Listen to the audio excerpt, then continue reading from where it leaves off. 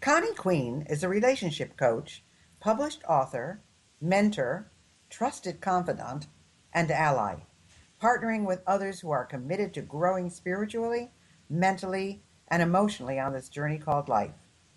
A generous listener and a sounding board when making important life decisions, she is an energetic motivator towards taking action and accomplishing desired outcomes. There are no problems, only situations and circumstances for which there exists a limitless supply of universal possibilities. She believes all the answers one will ever need to live the life they want to live will be found by tapping the divine wisdom within. Well, welcome, Connie. How are you doing today? I'm doing great. I'm doing great, Gail. Thanks so much. Oh, you're welcome. Well, I had the pleasure of meeting you, and you are certainly a bundle of energy. So I have to ask you, were you always on a spiritual path, or is this something that you just recently began? Actually, my spiritual path began out of great pain and suffering. 20 years ago, my dad died very, very suddenly in the middle of a relocation from Minnesota to Arizona. My family was making a job change and landing in a place with no family, no support, no friends. I found myself at a place of like loneliness and feeling alone like I had never experienced before.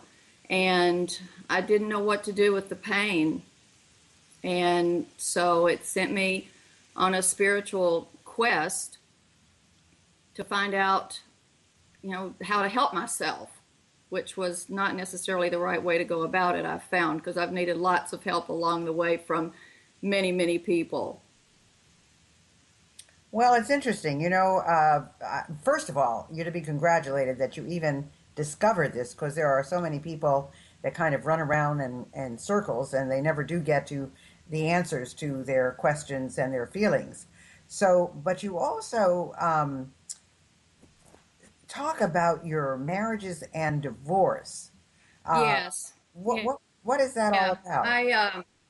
Well, well, in that point of great despair, I also found myself in the middle of it was my second marriage at the young age of 35 and with three children. And I didn't know what to do. I had no place to turn. I realized that daddy had always been my great enabler and my hero, and that I was bankrupt, not only spiritually, where I began that, the quest for that, but also that I just placed all of my strength in things human, and that I kept expecting men to be the answer to all of what were my seeming problems at the time, which were emotional, spiritual, and financial. And so I found myself faced with, do I am I stuck? I'm stuck, is what I felt. And do I stay in this marriage or do I leave this marriage? And what ended up happening was I exited that marriage, and there was just a tremendous amount of shame that went along with that. It certainly was not my belief that or my fantasy that I had created as a young girl of what I thought my life was going to look like. So, how did you move on from there? Well, like I mentioned a little bit earlier, with the help of a lot of other people, and one of these great realizations, which I call them these huge aha moments, was that I realized that if I wasn't the problem, there was no solution. Because I kept pointing one finger at everybody else, and three were always pointing back at me. I kept trying to blame, situations and circumstances and things outside of myself for, ending up in this same place. And I just had to realize that doing the same thing over and over again, which you've probably heard before, is insanity. Well, it's interesting. You made a couple of statements before. One was about your dad being not only there for you, but also being an enabler. And, you know, that's a tough call for a parent. I know that in my marriage, my husband was the enabler and I was the disciplinarian. And it caused some conflict, I will say that. But I will tell you that I think it's important that when parents hold their kids accountable and don't make it so easy for them, because they're going to go out into that world and they're going to discover they better know how to take care of themselves. So, but you got it kind of thrown in your face. So, how has this impacted your current relationship, Connie? Well, it's been a long path, a long journey, and sometimes a couple of steps forward, and generally, a step or two backwards. Um, and that looking at my what seemed to be at the time a failure is has was a great life lesson, and that by working with other people, beginning to do the work that I needed to do on my own self. I say that happiness is an inside job.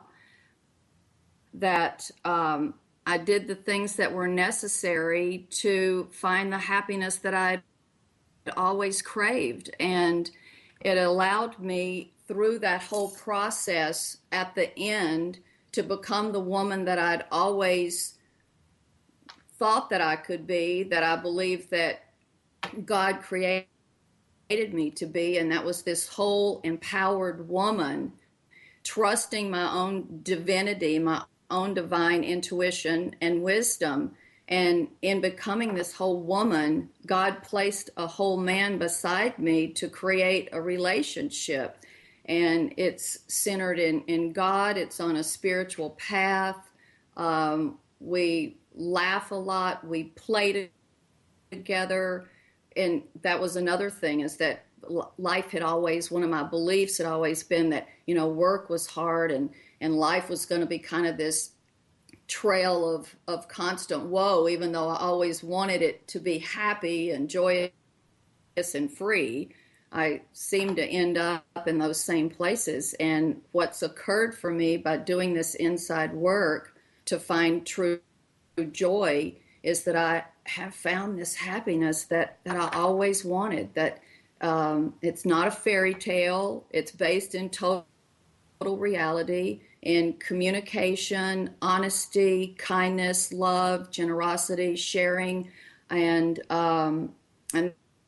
that's what's really led me into coaching others. Is that the I want to share this, that coming from some of the greatest pain and despair and loneliness, that people, by doing the inside work, can find great love and great joy and live a regret-free life. Well, it's interesting. When I never did want to get married, but when I met my husband and he did want to get married, I just, I had to really think about it. I mean, he asked me for, I said no for 3.5 years, so you can imagine. But the one thing I really do miss is the fun we had together. We always laughed and we always had fun together. And, and I used to use the phrase, which people say you should never use, was that he completed me. And the reason I said that was I had a very nice life on my own. I owned my own business. I went and did what I wanted. I traveled a lot. So to me, this was a piece, and he completed it. I didn't depend on him to support me. I didn't depend on him to do anything but just be another part of my life that made it a total picture. And people always say, oh, never say that they will complete you. But I have to tell you, I really feel that he did. And that's what I miss since he passed away, is the total terrific life that he and I shared more than anything else. And I want to ask you, you do something called mirror work, and you also use affirmations. So how has those two things, how have those two things opened your heart to love? Well, it was a part of the process. And mirror work, I found through Louise Hay and her work. It was a tool that she brought about, as that, we have these thoughts and they can be changed. and that it's a real powerful technique for learning to love and approve of myself, as well as when I began to take these steps forward in my life. And it's you stand in front of the mirror and you focus on your eyes, and you notice that what thoughts come up. And I don't know about you, but other women and friends of mine will say, well, gosh, I'll look that closely in the mirror and I'm certainly going to become self-critical about the lines or the gray hairs or, the aging part, the things that I don't like about myself. But then what you immediately begin to do is you look deep into your eyes, focusing on your eyes, and you say, I love you. I love you, Connie. I love you, Gail. Say that to yourself. I really, really love you. And it's really difficult in the beginning because most of the time people are not truly in love with themselves. That's And so if it is, interesting, Connie, because my mom, who didn't know anything about any of these things and who never graduated high school, used to always say to me, look in the mirror and say, I love you. Because if you can't love yourself, you can't love anyone else. Now, she didn't say anything about the eyes or that kind of thing, but she always said to me, look in the mirror and say, I love you. And isn't that interesting that that's a big part of what you're talking about?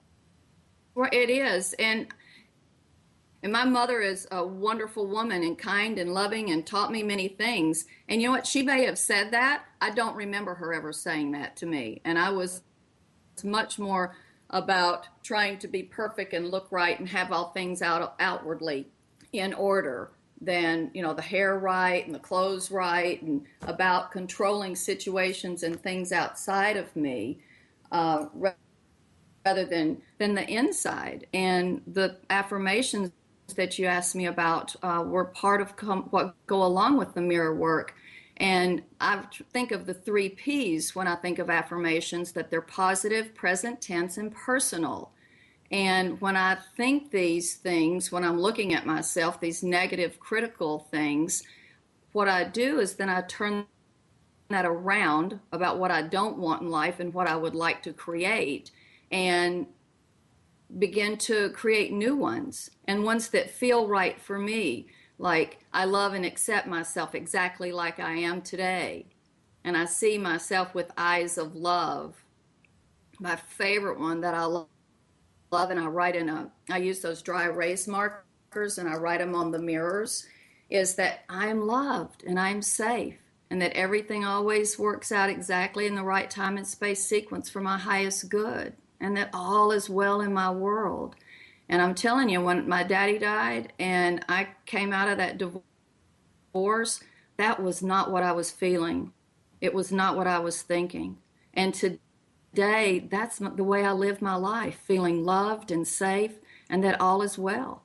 So it's been 21 years. It's not been, a straight path. and and I'm here. And Well, that's just that's exactly what people say. Uh, a lot of people want a magic pill and they just don't exist. And it does take a lot of work. It takes a lot of work to become the individual and person you want to be. So you also talk about limiting beliefs. So how do they play a part in what we call living a regret-free life? well, you mentioned it a little bit earlier.